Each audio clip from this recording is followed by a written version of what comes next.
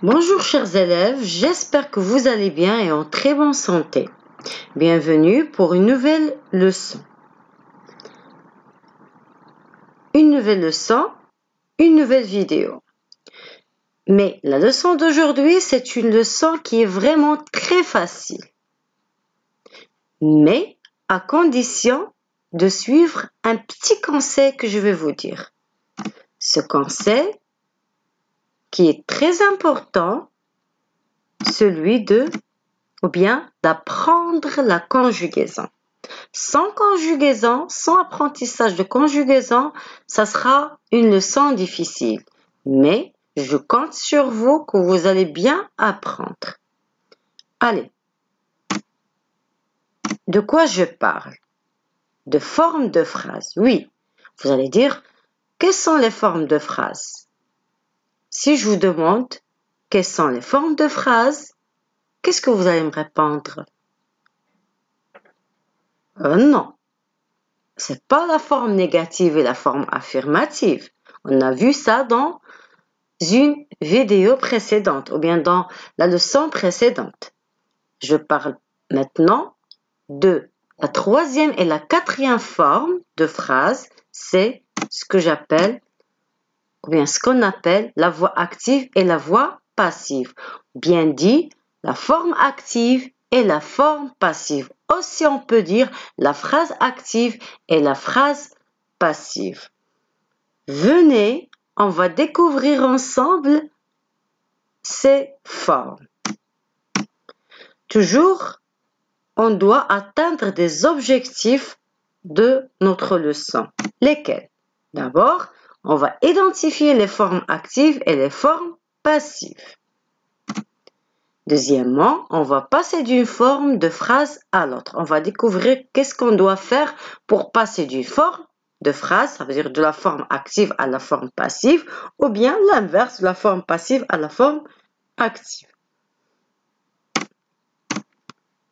J'observe et je découvre, toujours avec les exemples.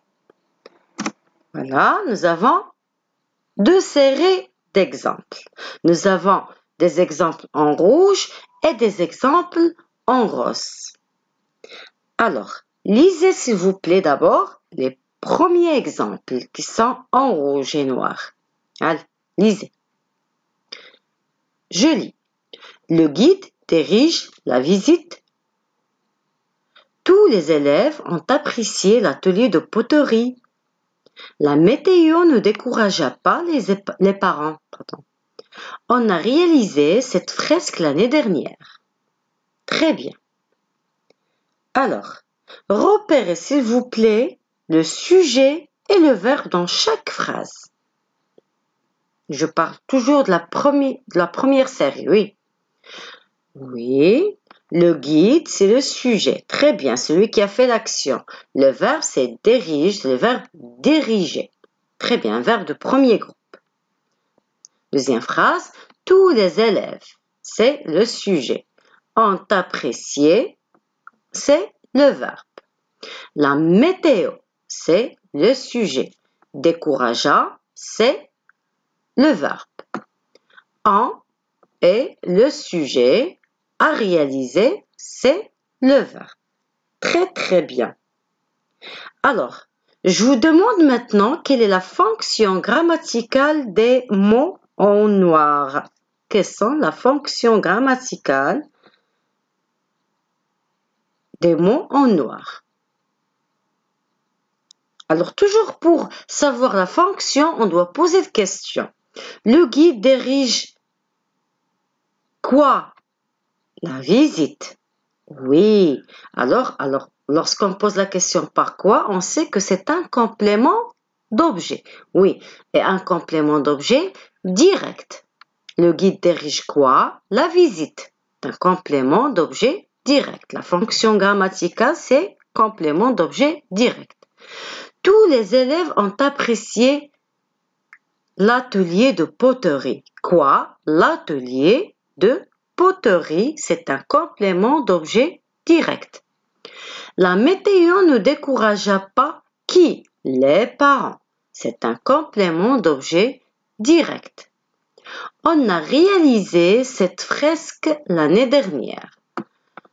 Cette fresque, complément d'objet direct. On a réalisé quoi? Cette fresque. Très bien. Maintenant, essayez de lire les phrases en rose. Les parents ne furent pas découragés par la météo. L'atelier de poterie a été apprécié de tous les élèves. La visite est dirigée par le guide. Cette fresque a été réalisée l'année dernière. Alors, si je vous demande d'associer les deux séries. Oui. Alors, nous avons le guide dirige la visite, va associer avec la visite est dirigée par le guide. Les mêmes mots. Tous les élèves ont apprécié l'atelier de poterie, va associer avec l'atelier de poterie a été apprécié de tous les élèves. La météo ne découragea pas les parents ne furent pas découragés par la météo. On a réalisé cette fresque l'année dernière, cette fresque a été réalisée l'année dernière. Alors, ce que je vous demande, c'est de repérer le sujet et le verbe de chaque deuxième phrase, de la deuxième phrase qu'on a associée avec la première. Alors, je parle de celle-ci. La visite est dirigée par le guide. Alors, quel est le sujet dans cette phrase? Oui, c'est la visite. Très bien. Le verbe, c'est est dirigé. Très bien. Dans la deuxième phrase, l'atelier de poterie. Voilà. A été apprécié, c'est le verbe. Le sujet ici, c'est les parents. Ne furent pas découragés, c'est le verbe. Cette fresque, c'est le sujet. A été réalisé, c'est le verbe. Alors, s'il vous plaît, je vous demande qu'est-ce que vous constatez? Après qu'on a associé ces phrases. Très bien. Alors, le complément d'objet direct de la première phrase devient sujet dans la deuxième phrase. Regardez s'il vous plaît. La visite, c'est COD de la première phrase devient un sujet dans la deuxième phrase. Et le sujet devient ici après le verbe. Ça veut dire c'est un complément. Mais on ne va pas l'appeler complément d'objet, on va l'appeler complément d'agent. Dans la deuxième phrase, la même chose. Le complément d'objet direct devient le sujet de la deuxième phrase. Et le sujet devient complément d'agent. La météo, regardez, les parents devient sujet dans la deuxième phrase. Aussi, le sujet de la première phrase devient un complément d'agent. Il est après le verbe, c'est un complément, il est lié par. On a réalisé cette fresque l'année dernière. Alors, cette fresque qui est le complément d'objet direct devient sujet dans la deuxième phrase. Maintenant, je vous demande d'identifier les temps des verbes de deuxième phrase. Regardez s'il vous plaît les temps de l'heure. On appelle dans les deux phrases. Alors, dans la première phrase, nous avons dirige. C'est à quel temps? Oui, il est au présent.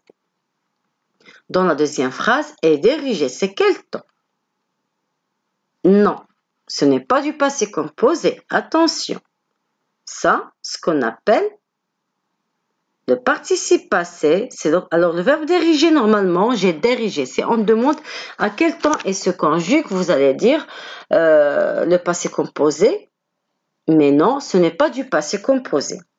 Vous savez pourquoi? Parce que nous avons ici la présence de l'auxiliaire être. D'accord? Et normalement, avec le verbe diriger, on doit, au passé composé, on doit le conjuguer avec l'auxiliaire avoir. On dit à diriger. Si on met au passé composé, on va dire le guide a dirigé. On ne va pas dire est dirigé. D'accord? C'est dans la forme passive qu'on met ce changement. Alors, le guide dirige la visite, c'est une action faite par le guide. Elle est en action, ça veut dire. La phrase ici, elle est active, signifie qu'il y a une action. Elle agit. Alors, ce qu'on appelle la phrase active. Dans une phrase active, le sujet accomplit l'action. Qui accomplit l'action ici dans la première phrase? C'est le guide. D'accord? C'est le guide. Mais, regardez s'il vous plaît dans la deuxième phrase. La visite est dirigée par le guide.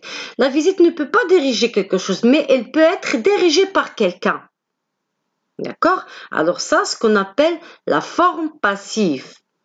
Passive. Ou bien la phrase passive. Alors, signifie qu'il subit.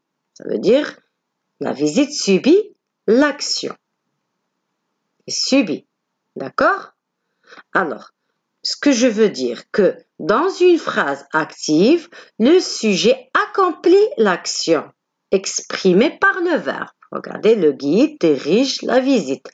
Alors, l'action, elle est exprimée par le verbe. Qui a fait l'action, c'est le guide. Mais dans la forme passive, on dit dans la phrase passive ou bien dans la forme passive, le sujet subit l'action exprimée par le verbe. Qui peut diriger? Alors la visite est dirigée par quelqu'un. D'accord? Donc, concernant la transformation et la forme, alors dans la forme active, pour faire la transformation à la forme passive, qu'est-ce qu'on doit faire? On doit d'abord chercher toujours le sujet et le verbe et le complément d'objet direct. On doit souligner ces termes. D'accord? Alors, toujours le complément d'objet direct dans la phrase active devient sujet de la phrase passive. Et pour mieux comprendre, on va étudier exemple par exemple. On prend le premier exemple. Le guide dirige la visite. La visite est dirigée par le guide. Alors, le guide, on a dit, c'est le sujet. Regardez, il devient complément d'agent de la phrase passive. Le verbe dirige, le complément d'objet direct devient sujet de la phrase passive. Alors, pour passer d'une forme à l'autre, qu'est-ce qu'on doit faire? Toujours on cherche le sujet dans la première phrase, c'est bien. La première des choses, on cherche le complément d'objet direct. Si on veut passer de la forme active à la forme passive, je cherche le complément d'objet direct. Alors, on sait tous que le complément d'objet direct vient après le verbe directement. Très bien. Alors, la visite. On prend la visite et on la met dans le sujet de la phrase passive. On passe maintenant au verbe. Nous avons ici le verbe diriger. Il est à quel temps? Au présent. Automatiquement, à la forme passive, toujours, on doit conjuguer l'auxiliaire être en même temps de la phrase active. Ça veut dire, le verbe diriger est au présent. Dans ce cas, je dois mettre le verbe être. La présence de être, c'est obligatoire. Je dois mettre le verbe être ou bien l'auxiliaire être au présent. Et ce verbe de la phrase active, je prends ou bien je conjugue sans participe passé. Alors, dirige, diriger. Le participe passé du verbe du premier groupe, c'est avec un E accent à la fin. D'accord? Alors, et diriger. Il y a une autre remarque. On a ajouté un E ici. Pourquoi? Parce que la visite est féminin. L'accord du participe passé du verbe de la forme passive selon le genre et le nombre du sujet. De nouveaux sujets. Pardon. Après, le verbe, on ajoute par, si on a la présence du sujet.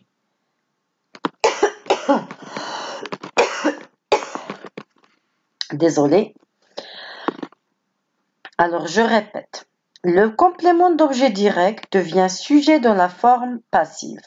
Et plus le verbe être qui doit se conjuguer, l'auxiliaire être ou bien le verbe être qui doit se conjuguer au même temps du verbe de la forme active. Et au présent, alors le verbe être, il est au présent. Et plus le participe passé du verbe.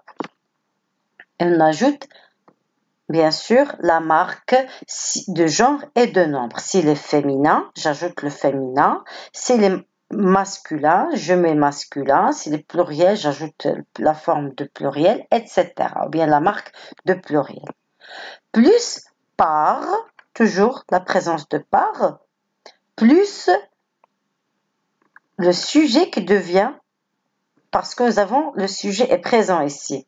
Alors, par le guide, il devient complément d'agent. Par le guide devient, on appelle, ou bien la fonction de par le guide, c'est un complément d'agent. On va voir aussi deuxième exemple. Voilà. Tous les élèves, c'est le sujet, devient complément d'agent. Regardez s'il vous plaît ici le verbe ont apprécié. Le verbe apprécier à quel temps? Oui, il est au passé composé. Alors automatiquement, on a changé ou bien on a conjugué l'auxiliaire être ou bien le verbe être au passé composé et on a ajouté le participe passé du verbe. Je vais vous dire une chose très facile, surtout avec les verbes composés. Les verbes composés, alors lorsque vous avez les temps composés, automatiquement vous avez déjà le participe passé et il suffit seulement de conjuguer l'auxiliaire être. Elle est au passé composé. Parce que le verbe apprécier est au passé composé dans la forme active. Alors, on a pris le complément d'objet direct, l'atelier de poterie. Il devient sujet de la forme passive, plus le verbe être au passé composé, plus le participe passé du verbe. Alors, l'atelier, il est masculin. On n'a pas ajouté ici un E. Il reste masculin. Regardez, ici, on ne peut pas dire l'atelier de poterie a été apprécié par. On dit apprécié de tous les élèves. D'accord? Aussi, la présence de par ou bien de deux. De tous les élèves devient complément d'agent. D'accord? On prend l'exemple suivant.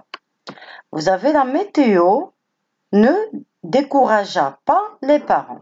Alors, les parents, c'est le complément d'objet direct qui devient sujet dans la forme passive. Les parents, voyons, décourageant, c'est le verbe. Il est à quel temps? Oui, au passé simple. Alors, automatiquement, on conjugue l'auxiliaire être au passé simple. Les parents pluriels, alors devient furent. Le verbe être, il est au passé simple, furent. Découragés. Alors, on a mis ici la marque de pluriel, des parents masculins pluriels. Alors, on a ajouté un S. Par quoi la météo, alors voilà, météo, le sujet devient complément d'agent. Autre exemple, on a réalisé cette fresque l'année dernière. Alors ici, qu'est-ce que vous remarquez? Oui, le complément d'objet direct devient sujet dans la forme passive, a été réalisé parce que a réalisé le passé, il est au passé composé automatiquement, le verbe être ou bien l'auxiliaire être se conjugue au passé composé plus le participe passé du verbe réaliser. On a ajouté un E de féminin l'année dernière, mais on n'a pas mis ni mais, ni par, ni de. Lorsque vous avez le sujet en impersonnel, dans ce cas, c'est pas la peine de dire par an. D'accord? On élimine le complément d'agent. Il n'est pas présent dans la phrase lorsque vous avez le sujet en. D'accord? C'est très facile. Alors, vu que je retiens, on va comprendre plus.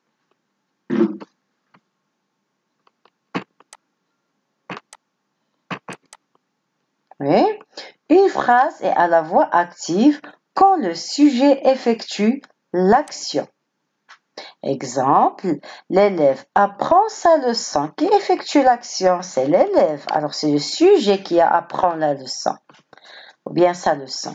Alors, l'élève, c'est le sujet. Leçon, c'est le complément d'objet direct. Une phrase est à la voix passive quand le sujet subit l'action.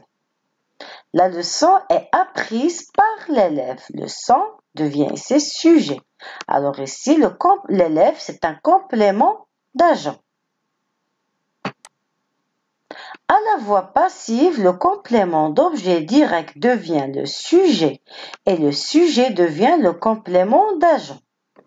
Il est souvent introduit par la préposition par. La voix passive se construit avec l'auxiliaire être au temps de la voix active, plus le participe passé du verbe.